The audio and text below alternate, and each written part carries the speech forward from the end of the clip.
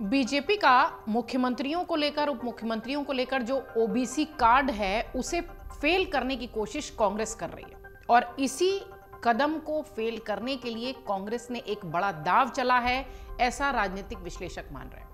कांग्रेस का यह बड़ा दाव जीतू पटवारी और उमंग और कटारे के रूप में दिखाई पड़ रहा है, क्योंकि एनालिसिस जो राजनीतिक विश्लेषक कर रहे हैं वो ये बात कह रहे हैं कि ओबीसी का कार्ड जिस तरीके से बीजेपी ने उप मुख्यमंत्री और मुख्यमंत्रियों के नाम और चेहरे पर 3 अलग अलग राज्यों में दिखाया है, उस लिहाज से अब कांग्रेस उसकी काट खोज रही है और मध्य प्रदेश में जीतू पटवारी को जिम्मेदारी देकर, उमंग और कटारे को जिम्मेदारी देकर ये कार्ड फेल करने की कोशिश कर रही है। मध्य प्रदेश विधानसभा चुनाव में मिली करारी हार के बाद से कांग्रेस ने राज्य के संगठन में बड़ा बदलाव किया है। हाईकमान ने कमलनाथ की जगह जीतू पटवारी को एमपी कांग्रेस का प्रदेश अध्यक्ष नियुक्त किया है, जबकि चौथी बार के विधायक रहे उमंग सिंघार को नेता प्रतिपक्ष की जिम्मेदारी मिली है।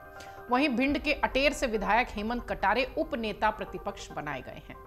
कटारे इस विधानसभा चुनाव में बीजेपी के दिग्गज नेता अरविंद भदौरिया से हार चुके हैं। सिंघार झारखंड गुजरात चुनाव में सह प्रभारी थे, इस लिहाज से भी उन्हें ये बड़ी जिम्मेदारी दी गई है। लोकसभा चुनाव से पहले बीजेपी ने जिस तरह से ये दाव खेला है, 3 राज्यों के 3 हिंदी बेल्ट के 3 बड़े राज्यों में मुख्यमंत्री और उप मुख्यमंत्री पद को लेकर, नाम को लेकर, चेहरे को लेकर, उसकी काट अब कांग्रेस को बहुत मजबूती से खोजनी होगी। शायद इसी कड़ी में ये एक पहला कदम मान सकते हैं। कांग्रेस पार्टी ने नई नियुक्तियों के जरिए जातीय संतुलन साधने की कोशिश की है। पटवारी इंदौर की राऊ सीट से आते हैं, विधायक रह चुके हैं।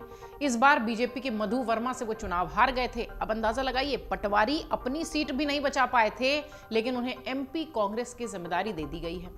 पटवारी अन्य पिछड़ा वर्ग ओबीसी से आते हैं। कांग्रेस की यह नियुक्ति बीजेपी के नए मुख्यमंत्री डॉक्टर मोहन यादव की काट के रूप में देखी जा रही है। जैसा कि हमने शुरुआत में कहा कि जिस तरीके से बीजेपी ने ये गोटियां फिक्स की हैं, उसकी काट अब खोजने के लिए कांग्रेस इस तरह के काम कर रही है, इस तरह के कदम उठा रही है।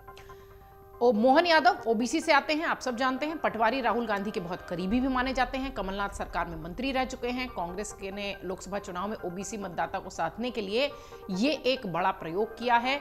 अब ये प्रयोग कितना ठीक बैठेगा ये देखने वाली बात होगी, क्योंकि जीतू पटवारी खुद मध्य प्रदेश में अपनी सीट नहीं बचा पाए। जीतू पटवारी के बाद बात करें उमंग सिंघार की। धार जिले के गंधवानी सीट से ये विधायक हैं।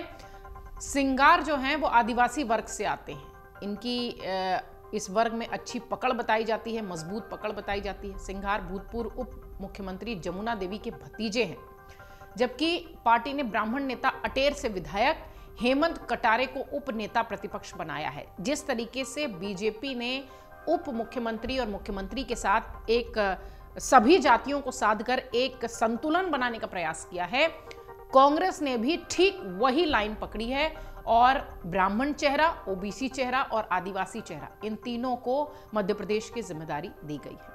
हाल ही में बीजेपी ने ब्राह्मण वर्ग को साधने के लिए राजेंद्र शुक्ला को उप मुख्यमंत्री बनाया है। जैसा कि हम शुरुआत से आपसे कह रहे हैं कि वही स्ट्रैटेजी अब ये फॉलो कर रही है। प्रदेश के राजनीतिक जानकार ये कहते हैं कि पटवारी की छवि मध्य प्रदेश में तेज तर्रार नेता की है। राहुल गांधी के वो नजदीकी हैं। आपको याद होगा, भारत जोड़ो यात्रा में जब मध्य प्रदेश पहुंचे थे राहुल गांधी, तो जीतू पटवारी हर समय उनके साथ दिखाई पड़ रहे थे, मंच पर नजर आ रहे थे।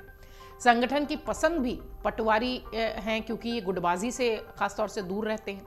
बीजेपी अक्सर युवाओं को मौका देती है। ऐसे में कांग्रेस ने इस नियुक्ति के जरिए यह संदेश देने की कोशिश की है कि कांग्रेस में भी युवाओं को मौका मिल सकता है। कांग्रेस पटवारी को जिम्मेदारी देकर यह संदेश देने की कोशिश कर रही है कि वंशवाद की राजनीति से अलग युवाओं को वो मौका दे रहे हैं। देखिए, अब जिस तरीके से तीनों विधानसभा राज्यों के परिणाम आए हैं, निश्चित तौर पर कांग्रेस को अपनी स्ट्रैटेजी में बदलाव करना ही होगा और उसी लाइन और लेंथ को पकड़कर कांग्रेस अब अपने यहाँ खासतौर से एमपी से शुरुआत की है। एमपी में खासतौर से इस तरीके से ब्राह्मण, आदिवासी और ओबीसी को साधते हुए एक ये बड़ा जो कदम है जीतू पटवारी और इन दोनों नेता प्रतिपक्ष और उप नेता प्रतिपक्ष के रूप में उठाया गया है। ये इसलिए भी महत्वपूर्ण हो जाता है क्योंकि अब लोकसभा चुनाव में बहुत कम वक्त बचा है और जिस तरीके से कांग्रेस कार्यकर्ताओं का मनोबल गिरा है इन तीनों राज्यों को लेकर, इस समय क्विक एक्शन की जरूरत है और शायद इसीलिए बिल्कुल देरी न करते हुए मध्य प्रदेश से ही कांग्रेस ने ये शुरुआत की है।